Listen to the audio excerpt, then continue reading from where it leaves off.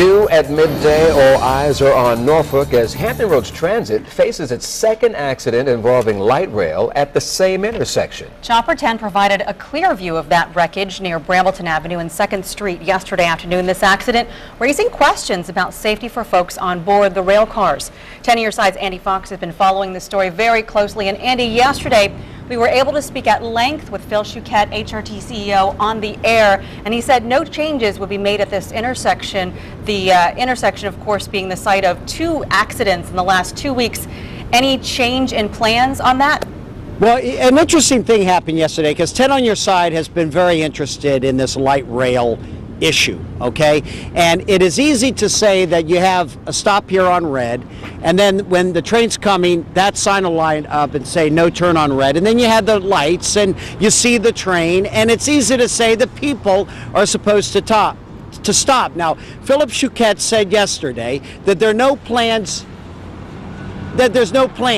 to change anything. But by the end of the interview that my colleague Ava Hurl had, he said, well, we're going to take a look at it. And indeed, at this hour, the city and HRT are meeting to see if there is something more, we don't know, if something more needs to be done at this intersection. Now, this is Bob Batcher. He's with the city of Norfolk.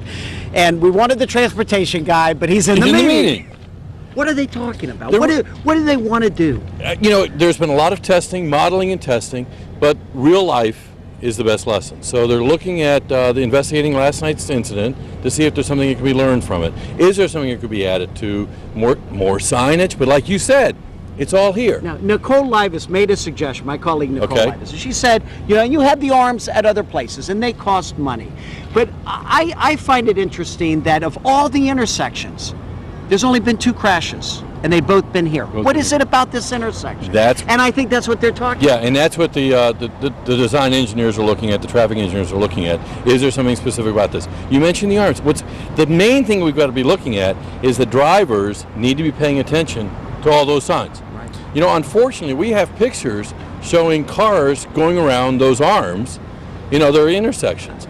So coming over here, I was kind of frustrated. I was at a red light. I was running late to come see you. I wanted to run that light. Guess what I didn't do? Right, but is having an arm down, is that something they're considering? It's one of the things on the table, but I think some of the engineers will tell you they're not any more helpful if people go around the arms. Right.